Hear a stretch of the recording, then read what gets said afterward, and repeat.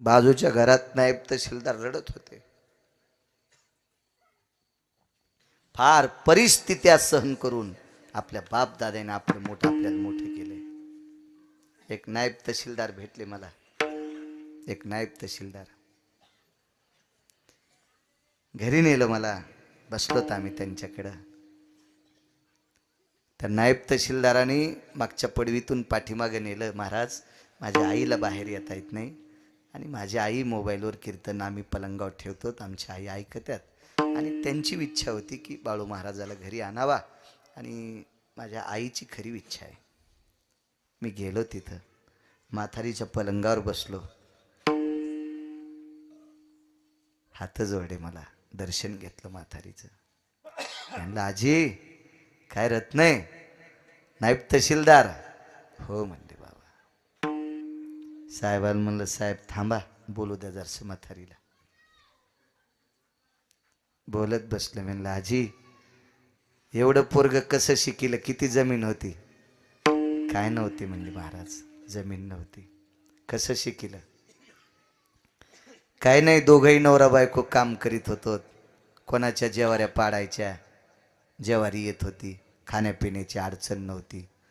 पण पोरग तालुक्याच्या ठिकाणी शिकायला ठेवलं आणि पोराला चपाती आवडत होती. म्हणलं, आजी मग कशाची चपाती दिली? मोठ्या माणसाच्या गव्हाचा सर्वा पाहत होते. बापू तुम्हाला माहीत असेल, आता द्या सोडून, पूर्वी सर्वा फुकट पाहू देत नव्हते. सर्वा पाहाचा बाईनं. सर्वा पाहून जाता जाता नवल ते टोपल्यात वंब्या कुचायच्या, त्या उधळायच्या आणि घरी नेऊन मालकाला नाही आधी द्यायच्या. तिच्या घरी नाही, मालकाच्या घरी जाऊन टोपलं टेकायचं आणि अर्ध्या घ्या ना अर्ध्या मला गहू द्या, अशीच पद्धत होती ना. हो, मी सर्वा पाहिला. सर्व्याचे गहू उतरंडील ठवाचे. म्हातारीन सांगितलं, महाराज दिवाळीला भाकर खाल्ली.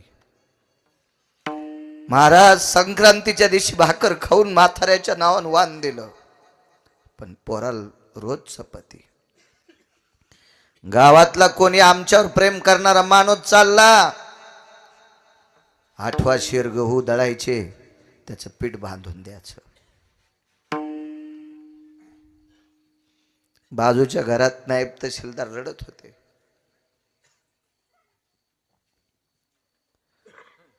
महाराज अतूट प्रेम आईनं केलं. दुसऱ्याच्या शेतातला सर्वा पाहून मला गव्हाची चपाती कमी पडू दिली नाही. महाराज इतकी काबाड कष्ट करणारी आपली बापदादी होती. पांडुरंगापेक्षा आपल्या मायबापावर प्रेम जास्त असावा. मी सांगतोय, बाई रामायण किती ऐकती, भागवत किती ऐकती, शिवपुराण किती ऐकती, कीर्तन किती ऐकती, त्याच्यापेक्षा नवऱ्याला किती जीव लावते. पतिव्रता बाई ती आहे जी सगळ्यात जास्त आपल्या पतीला जीव लावती. तिला कोण्याच महाराजाच्या पाया पडायची गरज नाही. मी नेहमी सांग, असं कीर्तन नाही की त्या कीर्तनात बोलत नसल. बाय म्हणत असतील मेला आमच्यावर बॉम्ब टाकतो. मी ज्या संप्रदायाच्या नावाने भाकरी खातो त्या संप्रदायाने तुम्हाला श्रीमंत पदवी दिली, राज्य, राणी व संपत्ती. जी बाई दिवसात नवऱ्याच्या एकदा पाया पडती तिनं कोण्याच महाराजाच्या पाया पडायचं नाही. आणि नवऱ्याच्या पाया पडत नसेल आणि महाराजाच्या पडत असेल तर तिच्या पापानं महाराज धोत्रा सगळं जाळणार. काय अर्थ नाही. मुलानं सर्वात जास्त मान द्यायचा आपल्या आई वडिलाला. एक मुलगा म्हणला, महाराज पंढरपूरला जायला भेटलं नाही, मी पापी आहे. म्हणलं, बरं ठीक आहे, तू पापी आहे का पुण्यवान? मी काय ब्रह्मदेव नाही, पण तू पंढरपूरला गेला नाही, काम काय केलं? काय नाही म्हणले, महाराज परिस्थिती नाजूक होती, काबाड कष्ट केलं, आता बरं झालंय, 7-8 एकर जमीन आहे, पाण्याची जमीन आहे, आता जालाही जमतंय. पण आई वडील म्हातारे येतं, 4-5 दिवस पंढरपूरला गेल्यावर त्याची सेवा कोण करायची? याच्याकरता जात नाही. त्याला सांगितलं, तुझ्याच पाया पडू दे, तू ह्या पाया पडल्यावर आम्हाला पंढरपूर घडल. आई वडिलाची सेवा करणाऱ्याच्या तुकोबराय पाया पडायची. नमो तया माता पित्याचे पालन आणि नमो त्या वचन सत्यवदे. आई वडिलाची सेवा करणारा इतका श्रेष्ठ, इतका श्रेष्ठ. याच्या पलीकडचा एक पुरावा सांगतो. पंढरपूरला गेल्यावर बंडूबुवा 360 तीर्थ घडते. पाहता देवळाची पाठ आणि तीर्थे घडती 360. पण पांडुरंगबुवा त्यासाठी सायास लागेल का नाही? पंढरपूरला जावं लागेल, चंद्रभागेत आंघोळ करावं लागेल, गारव्याची प्रदक्षिणा करावं लागेल, बिना चप्पलची. नाना खडे किती टोचत आहेत. मंदिराचा कळस बघावं लागेल, मंदिराला 2-3 इडे घालावं लागतील, तेव्हा 360 तीर्थ घडतील. घरी बसल्या बसल्या मायबापाचं दर्शन घेतलं की सकळ तीर्थाची धुरे आणि जे का जाण माता पितरे. जेवढे तीर्थ आहेत तेवढे मायबापाच्या पाया भेटतात. किती सोपा पार मारतय. चला, ज्या गावात मुक्काम केला भजन करायचं, मग मधुकरी मागायची. इथपर्यंत आलतो ना. मधुकरी मागितली, जेवण केलं, शरीराला ताप आलता, 92 वर्ष वय होतं, शरीर थकलं. उरलेली मधुकरी पालवात बांधून तुली, अडकून तुली. रातच्या 1 वाजता एक प्रवासी मंदिरात आला. घंटा वाजली, डोळे उघडून पाहिलं, चांदण्याचा प्रकाश होता. मारुतीच्या मंदिरात वात होती लावलेली दिव्याची. त्या वातीच्या प्रकाशात, चांदण्याच्या प्रकाशात समोरचा व्यक्ती पाहिला, पुरुष आहे. कोण आपण? हे प्रवासी. बर, बसा. त्यानं ओळखत टाकली त्याची. कुठून आलात? फार दुरून आलो. जेवण रस्त्यात गावत नाही लागलं, आणि हे लागलं तर रात्रीचे 1 वाजले. कोणाला मागावं? उठले वारकरी. त्या वारकऱ्याचं नाव होतं रानोबा नावाचे वारकरी. सोनपेठचे होते, आपल्या मराठवाड्यातले होते, आपल्या भागातले होते. वारकऱ्याचं नाव रानोबा. कुंटीची ती मधुकरी उरलेली त्याच्या समोर टेकलीन, सांगितलं, दादा काय बाबा? हो मला दिली. अरे मी कुठून घरून दिली? ह्या मारुतीरायाच्या पुढे भजन केलं, खांद्यावर पताका घेतली, गल्लीतल्या बायकांना मागितलं, त्यांनी भाकरी दिली, पोटभर खाल्ली, उरलेली बांधून ठुलती, ती तुला दिली. जेव बाबा. जेवण केलं. भाकरी खाल्ल्यावर काय करावं? ज्यानं भाकरी दिली त्याचे पाय दाबाव. म्हणून तो वाट सरू रानोबा वारकऱ्याच्या जवळ आले, सांगितलं तुमची सेवा करायची. कोणाला वारकरी म्हणते? वारकरी म्हणायचं कोणाला? रानोबा वारकऱ्यानं सांगितलं, जिच्या सोबत लग्न केलंय, आता 4थ्या आश्रमात आहे, तिनं आंघोळीला पाणी टाकल्यावर आंघोळ करीत नाही. 4थ्या आश्रमात आहे. बायकोला सुद्धा आंघोळीला पाणी टाकू देत नाही. इतका 4थ्या आश्रमाचा नियम सांभाळतो तो. लोकांना दिलेली भाकरी तुला खाऊ घातल्यावर तू जर माझे पाय दाबशील तर मला बैल होऊन तुझ्या रानात आऊत वाढावं लागेल. याला म्हणायचं वारकरी, याला म्हणायचं निष्ठावंत लोक, याला म्हणायचं सात्विक लोक, याला म्हणायचं सदाचारी लोक. नाही पाय दाबू दिले. हा प्रवासी नव्हता, हा पंढरपुरातला मालक होता. काही बी करून बापू सेवा करायचीच होती. डॉक्टर साहेब, ही खाल्लेली भाकरी फेडायची होती. देवाच्या डोक्यावर कर्ज होतं. ब्रह्मांडाचा धनी तो संती केला अरुणी, मनोनी नाचे मागे मागे, वाहे अंगे आपुलिया. कर्ज आहे देवाच्या डोक्यावर. पण रानोबा वारकऱ्याच्या पायाला जखमा झाल्या आणि पाय वाकले होते वाऱ्या करू करू.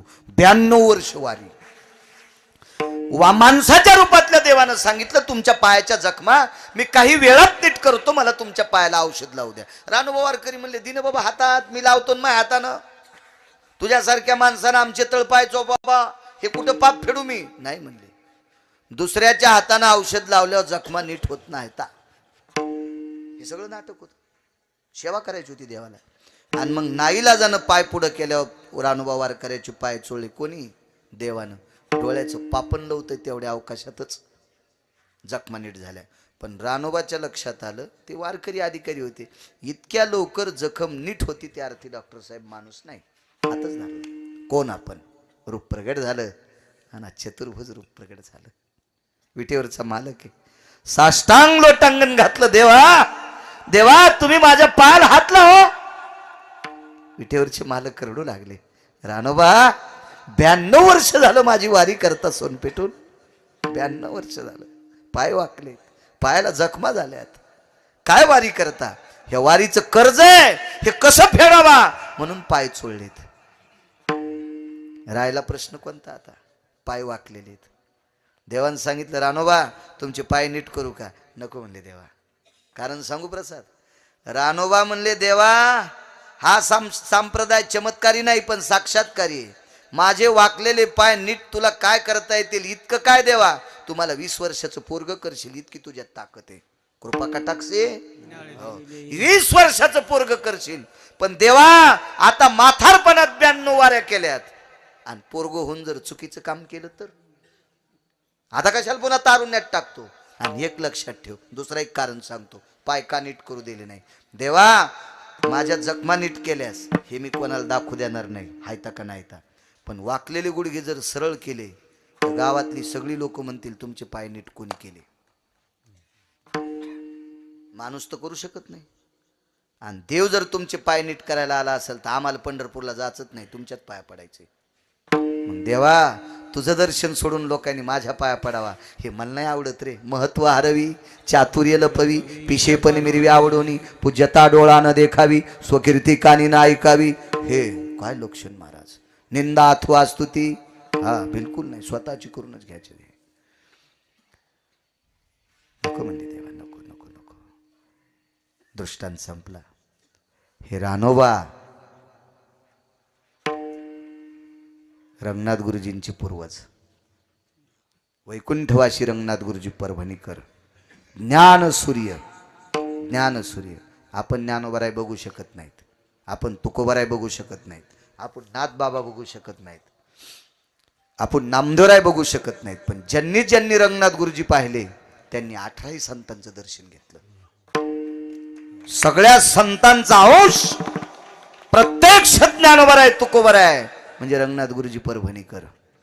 महाराष्ट्र जर कोणामुळे महाराष्ट्राच्या बाहेर गेला असेल ज्ञानोबराय तुकोबरायच्या नंतर, तर रंगनाथ गुरुजीमुळे महाराष्ट्राच्या बाहेर आपला परिसर गेला मराठवाडा.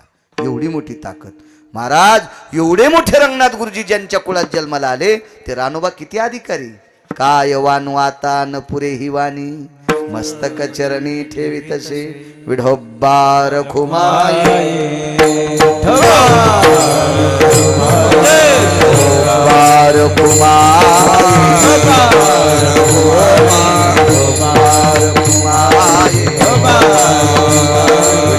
बार खुमाये, बार खुमाये.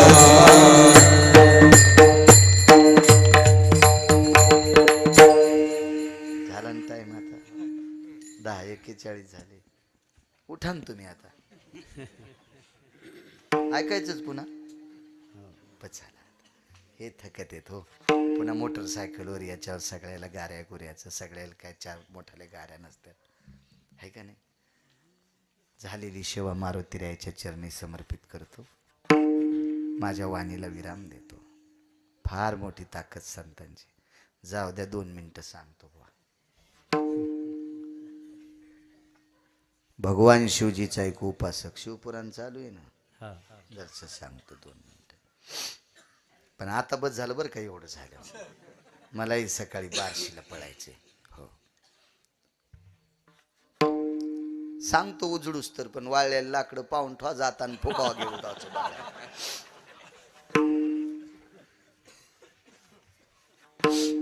रोज सकाळी एकदा चिताभस्म समर्पित करायचं. काय वानवातानं पुरी वाणी. चिताभस्म म्हणजे मेलेल्या माणसाची राख. नित्य नियम. एक दिवशी माणूसच नाही मेला. मालकानं स्नान केलं, रिकामी वाटी तुळशीपाशी टेकली. भगवान शिवजीला पाणी घालायचं ना आवाज द्यायचा, लक्ष्मी भस्म घेऊन या. ती वाटी घेऊन जायची ती, पण त्याच्यात भस्म असायचं. आज माणूसच मेला नाही काल, तो भस्म कुठून. आणि रिकामी वाटी आणली, लक्षातच नाही, आवाज दिला लक्ष्मी भस्म घेऊन या. बाई पहिल्याच आवाजात तुळशीपाशी जायच्या. वाटी पाहिली रिकामीच. दुसऱ्यांदा आवाज दिला लक्ष्मी भस्म घेऊन या. वाटीत भस्मच नाही. तिसऱ्यांदा आवाज दिला लक्ष्मी भस्म घेऊन या. बाईने विचार केला, मालकानं भस्म आणलं नाही हे त्याला कळायला पाहिजे होतं. मला हाक मारायला नव्हती पाहिजे, पण काय म्हणून मला 3दा हाक मारली आणि वाटीत भस्म नसताना मला 3 बाऱ्या भस्म दे म्हणले आणि मी देऊ शकत नाही. मालकाची आज्ञा मोडण्याचं पाप लागतंय, त्याच्यापेक्षा आपलं शरीर जोहार करावा. आणि तुळशीपाशी जोहार केलं. 3 आवाज दिले, काय येत नाही म्हणून बाहेर आले. तोपर्यंत शरीराचं राखुंड झालं. मुठभर चिताभस्म घेतलं आणि शिवजीला समर्पित केलं. पिंडीतून भगवान शिवशंकर प्रगट झाले. तुला काय देऊ, जिना आज तुझा नियम मोडू द्याला नाही. अशी सात्विक पत्नी दिलीस जिच्यामुळं तुझा नियम मोडला नाही. अशी बायको मला परत असावी, वापस केली. काय वानू आता न पुरे ही वाणी, मस्तक चरणी ठेवी तसे. काय बायको, तिला पतिव्रता, तिची देवावरी सत्ता. 6 गोष्टी नशिबान भेटतात, 6 गोष्टी.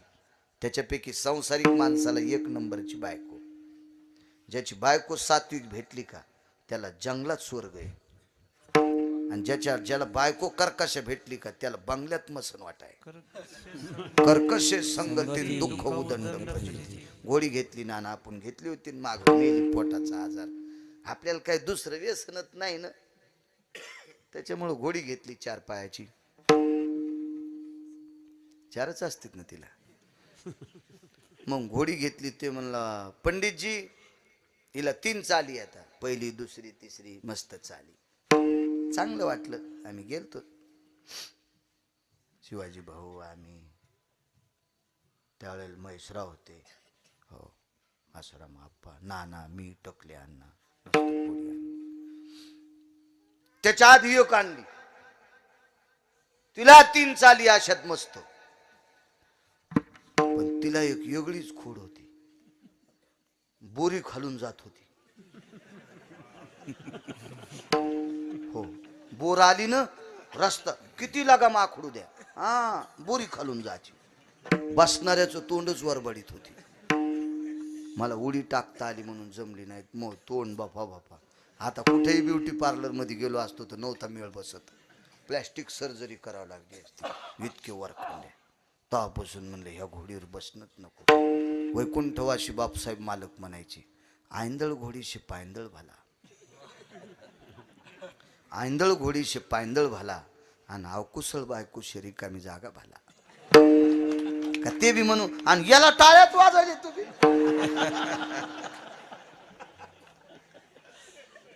काय बायको मारा, मालकाचा नियम मोडू देत नाही. काय संतांचा, काय पतिव्रतेचा दर्जा. काय वानू आता न पुरे वाणी, मस्तक चरणी ठेवी तसे. आदरणीय श्री अशोकराव हरिभाऊ बरकुले सरपंच, श्री दिनकर निवृत्तीराव बरकुले यजमानपद यांच्याकडे आहे, येण्याचा योग आला. आदरणीय प्रसाद जोगदंड संपर्क करत होते, मामा आहेत त्यांचे. उपस्थित पंचक्रोशीतून आलेली तुम्ही एवढे श्रोतेजन, तुमच्या चरणी साष्टांग प्रणिपात करतो. मृदंगाचार्य असतील, पाठीमागं माझ्या ज्ञानोबाराय तुकोबारायच्या नामाचे उपासक साऊंड सिस्टीमवाले सर्वांना धन्यवाद देतो. माझ्या वाणीला विराम देतो. ज्ञानेश्वर